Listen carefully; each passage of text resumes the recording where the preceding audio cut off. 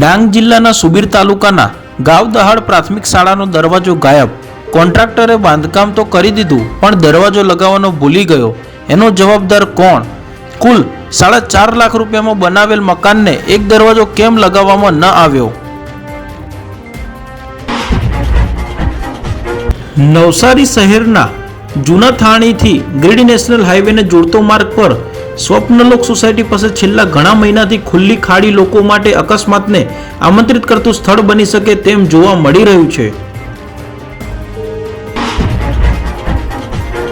અહીં જિલ્લાનું મુખ્ય ભાજપ કાર્યાલય આવેલું છે, જ્યાં રોજિંદા સત્તા પક્ષોના નેતા, જિલ્લા પ્રમુખ સહિતના અનેક આગેવાનો અવરજવર કરતા હોય છે તથા શહેરના મોટાભાગની સરકારી કચેરીઓ તથા સરકારી પરિસર આ માર્ગો પર આવેલા હોય મોટા પાયે લોકોની અવરજવર રહેતી હોય છે। અહીં ખુલ્લી ખાડીને કારણે રાત્રિના અંધકારમાં તથા દિવસે પૂરપાટ ઝડપે નેશનલ હાઈવે તરફ જતા વાહનોને અકસ્માત થવાની ભીતિ સેવાઈ રહી છે।